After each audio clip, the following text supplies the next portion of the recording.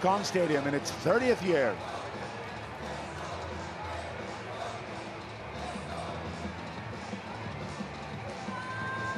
There are the two teams. Relatively new group in the China outfit, but for Japan too, a little bit of rebuilding after that tough season on the HSBC World Series where they're automatically relegated.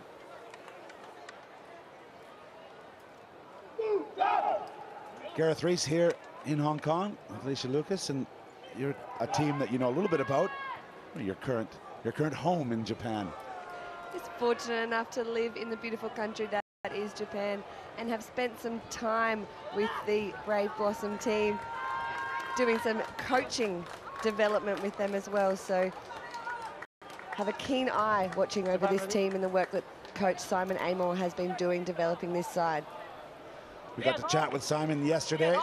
Obviously a man who's been around the world in an England jersey, but as a coach, great insights into the sevens game to pass on. Right now in the yellow jerseys, it's China kicking off. Japan playing from right to left. In the white jerseys, that one is knocked on off the kickoff.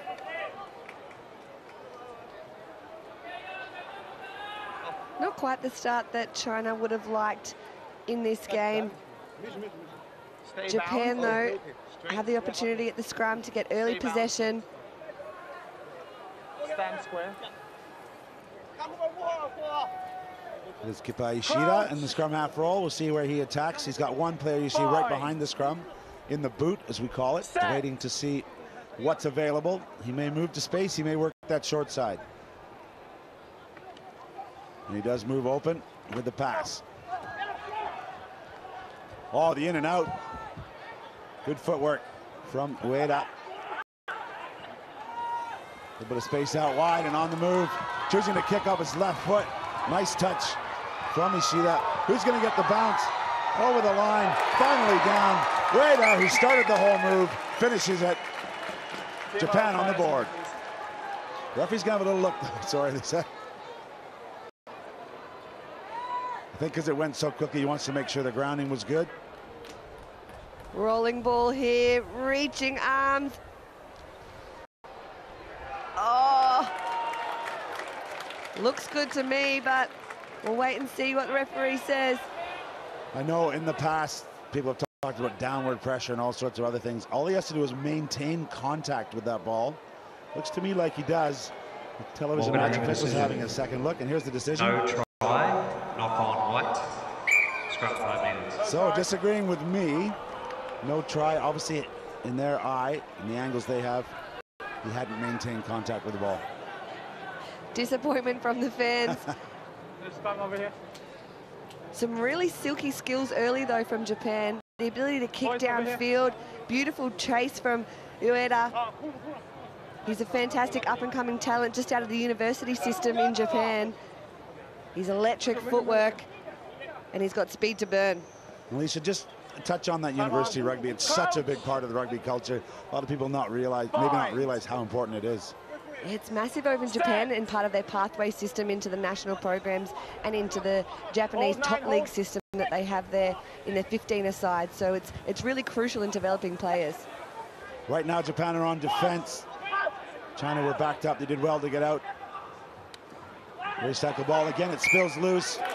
It's very humid here in Hong Kong. We've seen a bit of that spilled ball. Very hot and very humid here today.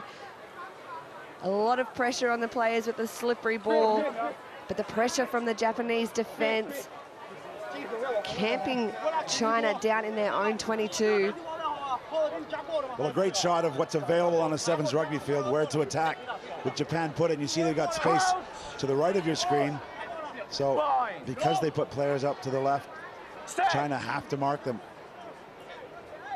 This is something that Antoine Dupont seized on, that blindside action, and they are going to work the blindside, not out wide, but in tight, and they've done it over the line. Solid set piece work. And good clinical play from Japan with the first try coming. See as they move, the defenders are staggered. A nice little in and away, weaving through. The fend and the strength to dot the ball down.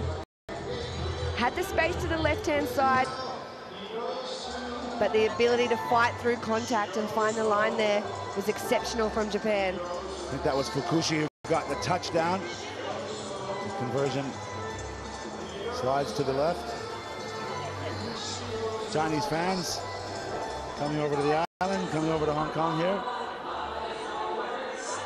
Let me correct that, it may have been Matsumoto who got the try. Either way, Japan to kick off. China still looking for their first meaningful incursion. In the air. Tackle in the air. Again, this is something we've been talking about, the advantage. Is that advantage to be awarded a penalty there, or does it just allow Japan a chance to set up? Always good dialogue in the 7 series with the referees and the coaches, trying to find the best solutions for not only the players but the fans as well. There's an injection of pace. Yi Zhiwen all the way through the defense, so confident on the ball. Incredible run from the 23-year-old, and because he's gone onto the post, he will give China the lead. What a turn of pace from Zhiwen. Unassumingly sized up his opposition centre and gasses him on the outside. Brilliant confidence. 10. Running away from the Japanese defenders. 5 seconds. Kick. And the swan dive to finish. Too late. Now you heard the gong sound, and the kick wasn't delivered in time. They have 30 seconds after the try's been scored to reintroduce. No scrum, you have to And they don't. No. So, and they elected a scrum, and there's one of the trial laws that's in play here. On a penalty, you can't have the scrum. You have to tap and go. So everything to speed up the game is in play, and a couple of elements played out there. And guess who back himself, running hard? Chang Xiong finally finding some holes in the Japanese defense. That one goes forward, but this route one is really paying off for the Chinese team at the moment. Yeah, they've really come into this own late in their second half. Chang Swan, he was try scorer 3 times yesterday. He got over the line, looking to inject some more pace in the game. And you've been around, you're an Olympic gold medalist, you've done a lot in the Australian jersey. How important are these opportunities to play in a big stadium, to get used to all the elements that affect an athlete when you're in this kind of environment? You can train as much as you want, Reese, but experience in the big stages, in the big moments, cannot be bought. So this is fundamental, especially for Japan, who's going to be playing in the big stage in Paris. Of course, they're qualified, yeah, and this is, again, I think, what a great role that Hong Kong, China, and Hong Kong Rugby Union are playing to give these Asian athletes this opportunity, so when they go to the big arenas, they're not blown away by the experience of the occasion. Real leaders, and we saw during COVID when they couldn't host the Hong Kong Sevens, how it affected all rugby. Great ball out the back, good movement, still circling, still running hard. Is Ishida, he's brought down 3 minutes short. Immediate support, ball's kept alive, unorthodox. Matsumoto flips it wide. Again, pace coming from the back. He got away from his support. Never back on side. No, ref! Never back on Japan were deemed to, sorry, China were deemed to never be on side. There's numbers here. Going for the line, reaching out. Referee's going to need a little bit of help. I think, unfortunately, the post got in his way. No fault of his. A little bit of white line fever from Japan. They made it a little bit harder than they needed to. Great shot of him diving through 3 defenders. And we hear the referee call the all clear. Taniyama with the try and putting Japan back in front. Yeah, good work from the Japanese. Nice moving the ball into space. Beautiful play, the loop around, sticks a defender and creates that extra number on the outside. And again, a barnstorming, powerful run over the line. Just outside the post, so the kick was taken. So we got a good little battle here. Japan 12, China 7. The Hooters sounds for the first half end. but because the try was scored in 30 seconds, they will be reintroduced. So a chance for China in the yellow jerseys to regain the lead. A low flat kick. Backpedaling and gaining the ball is Luda. He did really well there. Ooh, big tackles coming in. Luda again on the ball.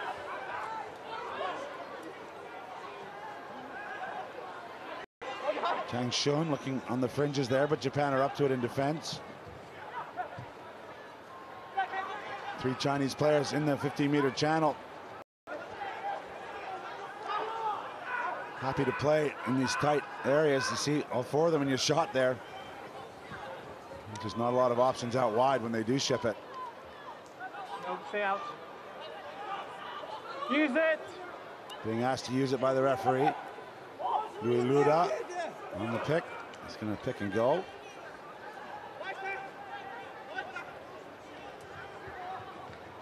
Oh, man and ball, midfield. Great pressure, good line speed from Japan. The ball's popped loose, and that is a classic ability to turn defense into attack and into points on this occasion. Kazuma Ueda with the try. A huge hit came in from Ishida, and Ueda, the beneficiary of some really tough pressuring defense from the Japanese men. China played in really tight close quarters, and the long loopy pass set up the line speed to pressure them and put points on the board. Kick is good. So with a try at the death, Japan, the Brave Blossoms, extend their lead over China, 19 points to 7. Well, it is a chance to go sideline and hear some reaction from the great man, Gordon Titchens. Pleased with that performance from your Chargers. Tell me how you assessed it. Yeah, it's always good to start with a win, and it's a development team that we've brought here, and just playing at the Hong Kong Stadium is a huge thrill for them, and playing under a bit of pressure, which is great. And we struggled at times, but it was still good to put a good win on them. So you'll face Hong Kong China now in the final, a first-up loss to them. What will you need to do differently? Yeah, we've got to turn that around, obviously, and play very, very well. Certainly a lot of support here for Hong Kong last Saturday night, I think it was. And but now, looking forward to it. I think for the girls, you can't take that experience away from them, and they'll just keep growing with that. We know how much you've influenced this game of sevens here at Hong Kong. It's such an iconic stadium. How much do you enjoy coming back to a place like this? Oh yeah, last time here at the stadium, it's unbelievable, really. I mean, I started my career in coaching here, really, and way back in 1994, and been here many, many times. And just love being here, love the stadium, love the atmosphere, and it's just a great place to be. Yeah, we love seeing you here too, Gordon. Thanks for your time. Cheers, thank you. Well, there is nobody with a resume like that in sevens rugby. 12 series titles. That's the whole season's worth of play. New Zealand coming out on top. A little stint with Samoa as well, but well done to the World Rugby Hall of Famer, Gordon Titchens.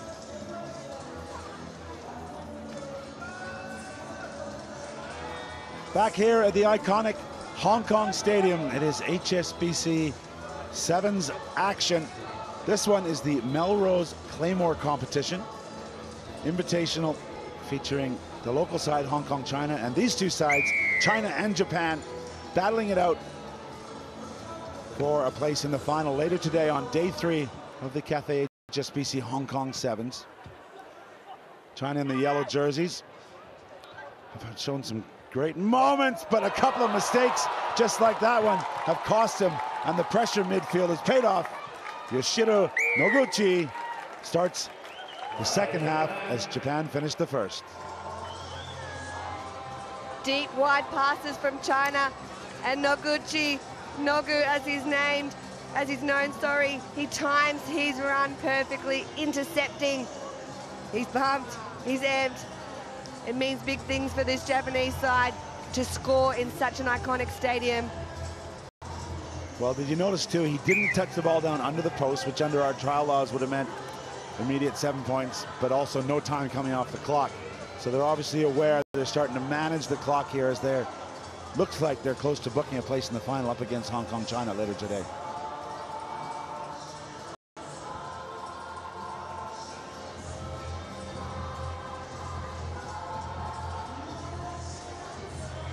So Japan, like all good sevens teams do some damage at the end of the first and the beginning of the second.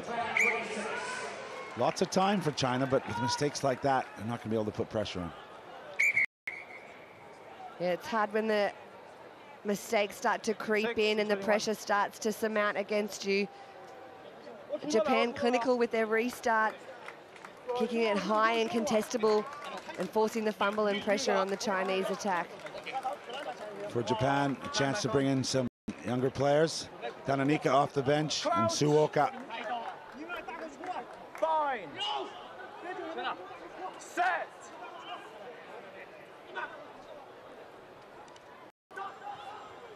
Set move. Two men doubling around. They've created the overlap. Can they get the ball to the end? Yes.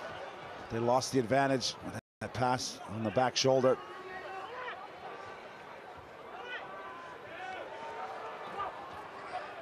Hard running there from Suoka. Really good skills and pace injection. Oh, almost lost it, but coming in, holding on to it. Hitting the line hard was Taniyama for his second try. The fans are happy in the stands. Taniyama looked like he might have let that one go. It started with a double loop switch play. The ball just a little bit behind the execution, not quite as silky as it needed to be. But this was all class. In, away, and diving over for Japan. Well, like all Japanese rugby players, great attacking instincts, great feet, the ability to inject pace into it. When they're on the front foot, this Brave Blossom 7 side looked really powerful.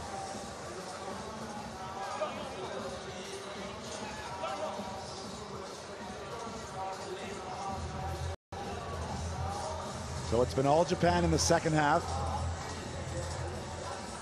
A low flat ball, which hits the try scorer in full flight. This is a bit of a clinic at the moment, executing everything to perfection are Japan. Looking for holes in the midfield. The aforementioned fast feet on beautiful display there. Well, it was spilled forward.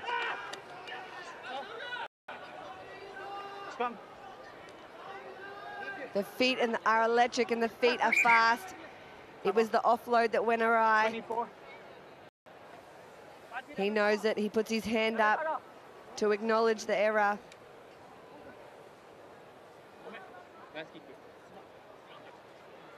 Speedster coming on in number 1, Ishida. He got 2 tries yesterday in that victory over Hong Kong, China. See if they can get him some space. Time on, please. Crouch! So midfield scrum, golden opportunity for this Chinese side.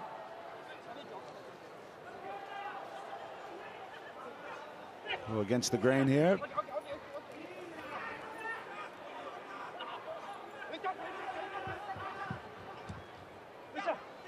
Bit of a one-out rugby at the moment. Gao Bing's brought down. Oh, and again, another 50-50 ball. This one not intercepted, so a chance for China to break out. And look at the pace on this man. Great extension, great leg lift. Hu Zhenye from deep inside his own end puts China on the board.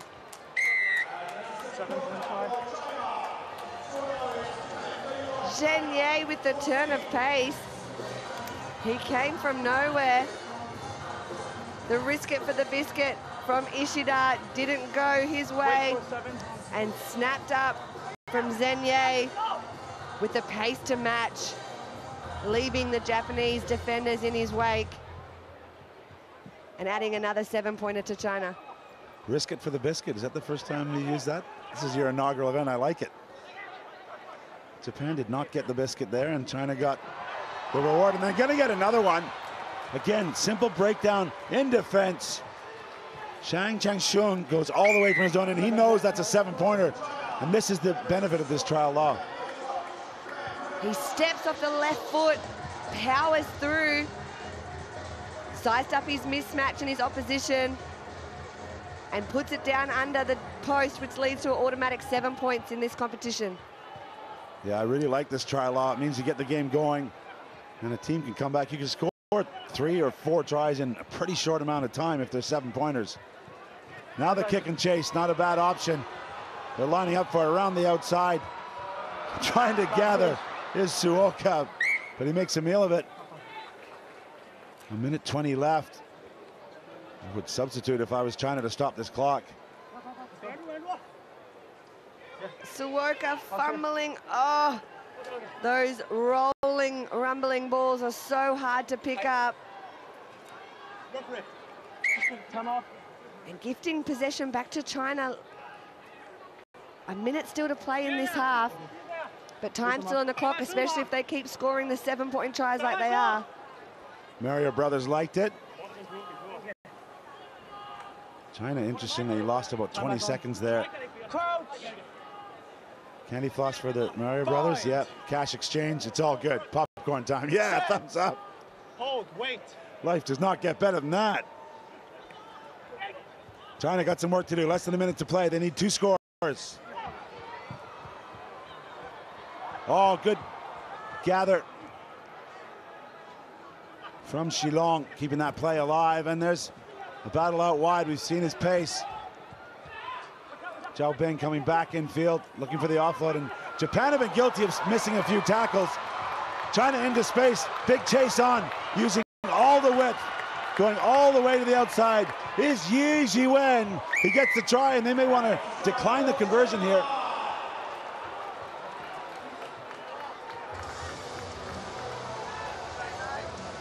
Jiwen busting through, diving Japanese defenders. The tackle's not quite sticking, and China maximizing their possession and time with ball in hand. Well, they did decline the kick, so 5 points the difference. And because the try was scored, there's the hooter. The ball will be reintroduced. China need to get their hands on this ball. They knock it back, and they do have it. What can they build but another interception? It's going to do it. Japan takes it off the field and right to the death. This monumental fight back from China will fall 1 try short. Japan win it 31 points to 26.